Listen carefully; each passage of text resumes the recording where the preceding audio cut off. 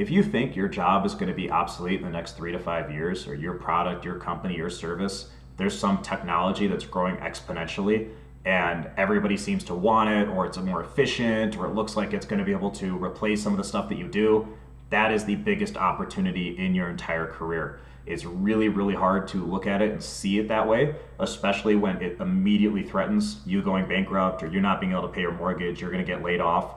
That tends to be the only thing that we can look at. And the other thing is that we know the nuances of what we do. We know all the details. We know all the stuff that nobody else realizes. So when the new thing comes in, everybody else is like missing the value that you uniquely provide. And they just cannot differentiate between you and this new thing.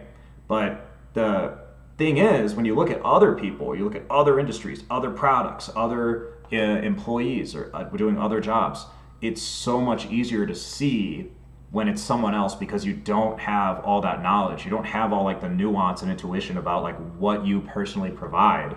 And it becomes so much easier to see it when it's somebody else.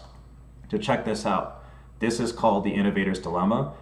People really use this to refer to big companies, but I think this exact same thing happens to everybody in their career at a smaller scale, or any company, any product is going to run into this. Google just invented this thing called the Transformer, 2017, and then this company called ChatGPT just grows exponentially, and the T is Transformer. Those are like the same thing.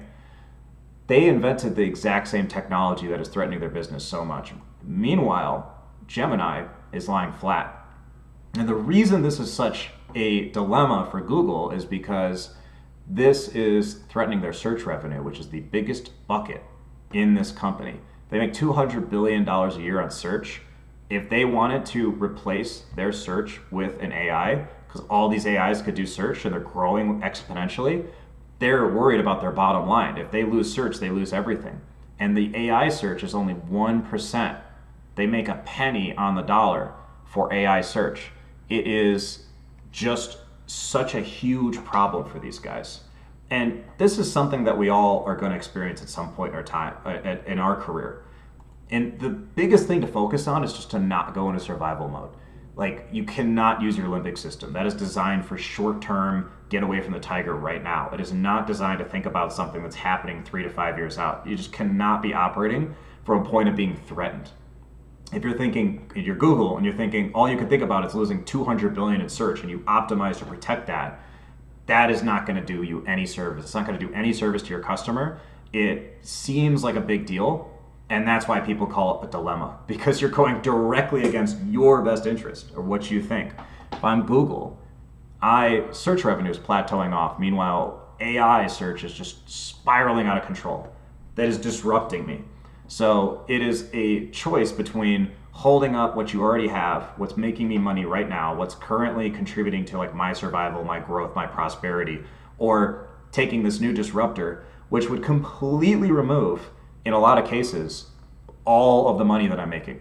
And this is happening to me as a programmer. People are saying AI is going to replace programmers. A lot of the CEOs are saying that, venture capitalists are saying that, and programmers are freaking out.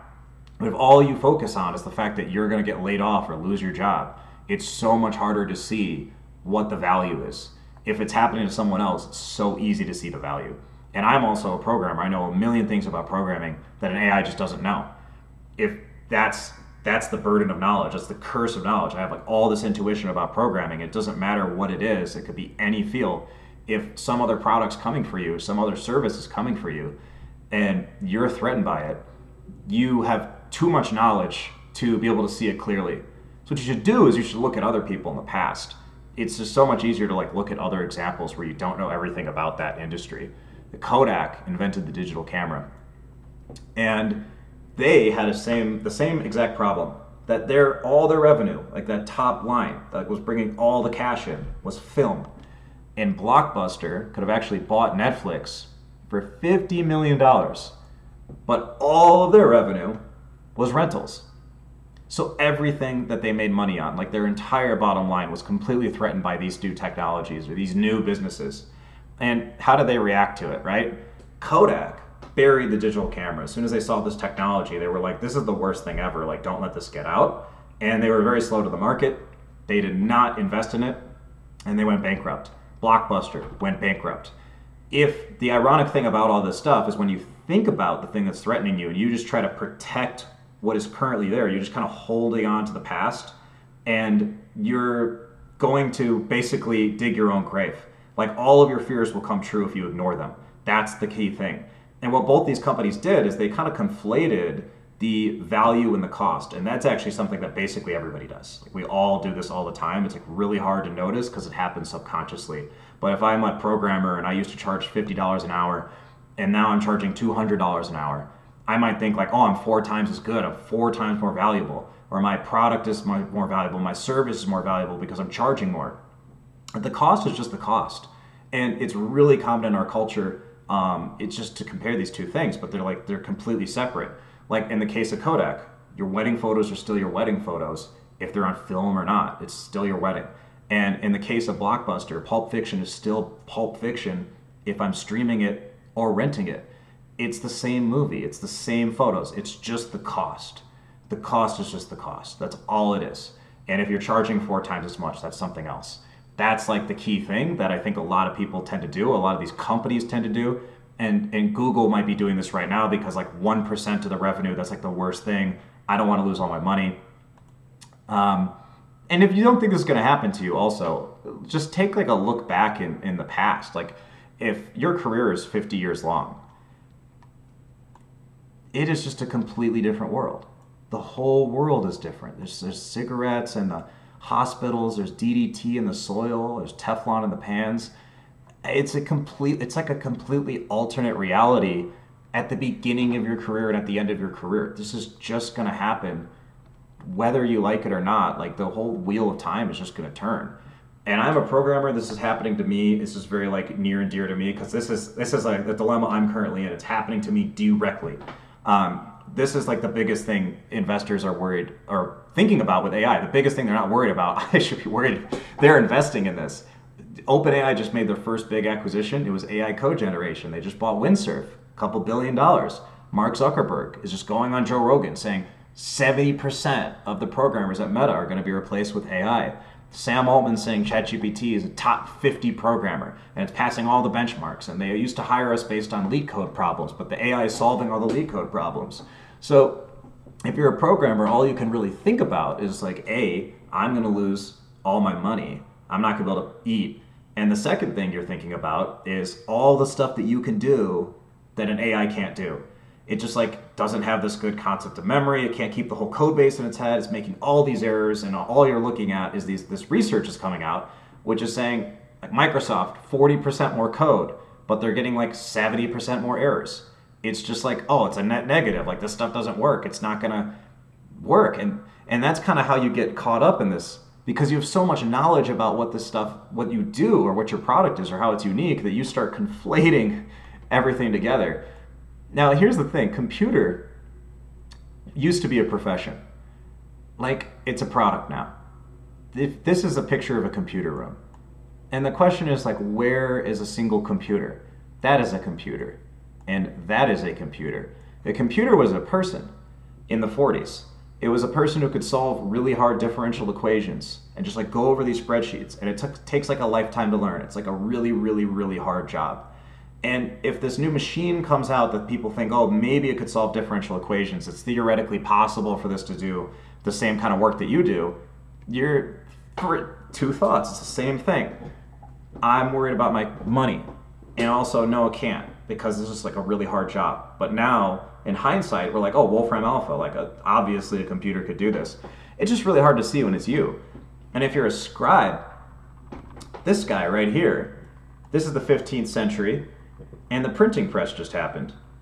And if you're a scribe, you could also look at the same thing. It'd be like, there's so much things that a printing press can't do, like the calligraphy and the spacing and, you know, when to do a new line. Just like, this is like not going to replace me. This is like, I know so much this machine cannot possibly ever know. But also in the 15th century, that's when the Renaissance happened. And computers brought us the computer revolution, the internet. It just created like so much more value. Golden ages, major prosperity, like the most economic growth in history at both points in time. And both situations were kind of like the same thing. You're running into a situation where you are you obviously do it a little bit better or a lot better than the machine or the new product. There's like so much more that you provide that you just think is being lost with the new disruptor. And it's not fully fleshed out right now. So you look at it and it becomes really, really, really, really hard to see how this thing could ever like take off and actually replace you. And I, as a programmer, at first kind of had the same exact thing. I was like, well, this stuff doesn't work. It's just like producing errors. And like, this is like, and all these people are vibe coding and 97% of their code is written by AI. They just spend all day bug fixing. Like, this is like not more productive. But it's like the same thing with the printing press, it's the same thing with the computer, the digital camera. It is just having too much knowledge about what it is that you do, and then so you resist the new thing. And also, like, I want to withhold or sustain my salary. I still want to be able to make money programming. That also makes it really, really hard to think about this stuff clearly. To be honest, it's just human nature. You're gonna have a fight or flight reaction. I could do one of two things. I could just say, I'm going to sustain the old thing, or I'm going to join the disruption. And so that's kind of what I did. I joined the disruption. I actually made a AI coding assistant. And if I'm a scribe in the 15th century, I should be making printing presses, or I should be operating them or buying them. I should join a printing press place, because it's still Pulp Fiction, still wedding photos, it's still transcribing the same thing. You're transcribing some kind of like new technology or whatever happened in the Renaissance, everything, and you could do it 10,000 times faster. That's going to contribute to a golden age. So just contribute to the golden age. Like, don't try to stop the Renaissance because you can't make money off of whatever the old thing was before the Renaissance. And so this code's blurred out right here. You can't really see it.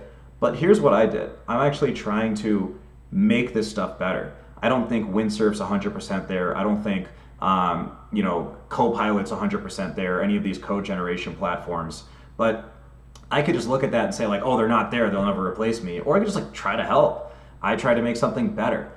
This code generation tool solved a small problem with the code generation that we have nowadays. It actually makes code into like these little tiny boxes. It separates a problem into tiny problems, because one problem it's having right now is that it just like, can't think about the whole project at once. It's like too much stuff to think about. But if I pull this apart, I was able to vibe code 0 to 100, like 0 to 1, the whole thing, end to end, vibe code a very, very complicated PDF reading contraption. Pulling a bunch of schematics, reading information about them, doing estimations, doing bidding, really, really, really hard stuff. And I didn't write a single line of code because I looked at the printing press as it was, and I saw that it's not working because it's like rendition one. If you just looked at like the next computer with Steve Jobs after he left Apple, and you like thought like, oh, personal computers are like the dumbest thing ever. Like this next thing is kind of dorky. It's a prototype. It's like a proof of concept. This isn't working right now. If you just look at what is happening right now, it's just so much harder to see what it can be doing. Like you just so much harder to see Apple, and then he rejoins Apple, and then the whole personal computer revolution happened. But if you're just looking at like the prototype thing, like I'm sure the first typewriter probably like wrote 5 words and then just like fell apart. It's probably the same exact thing that we're seeing with all the AI writing the code. It just probably the first ones didn't work, and we're in the first product line of this stuff. So of course it's not going to work the first time around, but you need to just figure out how to contribute to the new thing. You need to figure out how to like dive into the Renaissance. And look at this, like there's just so much code that I did not write, and it just works flawlessly. It just works flawlessly. It was like a small little problem to solve that like Windsurf and Cursor and all these things don't do. I went ahead and I tried to figure out how to make the thing work, how to make the disruptor work. If you're a Blockbuster and all you're thinking about is like, oh, people don't want to rent DVDs, like, wait, they got to come in the store, they can browse, they can buy popcorn, like all these benefits that I have, and you're not thinking about the value of the new thing, you're just going to resist contributing. And so you're going to find yourself in a situation where you could have bought Netflix for 50 million for like literally pennies on the pennies on the pennies on the dollar, and because you just want to sustain the current thing. But that's what happens if you conflate the cost with the value. You just can't do that. So jump on board. If you think you're going to become obsolete, it is the biggest opportunity of your career. You'll probably never see an opportunity this big ever again. So you got to jump in. Even though it feels scary, you just have to do it because it's not going to be scary at the other end. Like hindsight, it's going to be the greatest thing ever. Hope this made you think. Hopefully, this helps pull apart some of these concepts because, like, obviously, this stuff's really hard. It's really hard to see this when it's coming for you.